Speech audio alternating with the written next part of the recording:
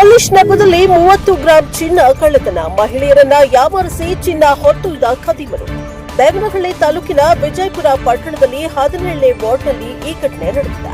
ಬೆಂಗಳೂರು ಗ್ರಾಮಾಂತರ ಜಿಲ್ಲೆಯ ದೇವನಹಳ್ಳಿ ತಾಲೂಕಿನ ವಿಜಯಪುರದಲ್ಲಿ ಮೊದಲು ಪಾತ್ರೆ ಪಾಲಿಶ್ ಮಾಡಿ ನಂತರ ಬೆಳ್ಳಿ ಐಟಂ ಪಾಲಿಶ್ ಮಾಡಿ ನಂಬಿಸಿದ್ದಾರೆ. ಮೂರನೇ ಚಿನ್ನ ಪಾಲಿಶ್ ಮಾಡಿ ಮಹಿಳೆಯರನ್ನ ಯಾಮಾರಿಸಿ ಚಿನ್ನವನ್ನ ಹೊತ್ತೊಯ್ದಿದ್ದಾರೆ. ಮೋಸ ಹೋದರ ನಂತರ 112ಗೆ ಕರೆ ಮಾಡಿ ಪೊಲೀಸರಿಗೆ ಮಾಹಿತಿಯನ್ನ ನೀಡಿದ್ದಾರೆ. ವಿಜಯಪುರ ಪೊಲೀಸ್ ಠಾಣೆ ವ್ಯಾಪ್ತಿಯಲ್ಲಿ ಈ ಘಟನೆ ನಡೆದಿದೆ. ಬ್ಯೂರೋ ರಿಪೋರ್ಟ್ ಯಲ್ಲಿಯೂರು ರಾಧಾಕೃಷ್ಣ, NK ರಿಪೋರ್ಟ್, ದೇವನಹಳ್ಳಿ.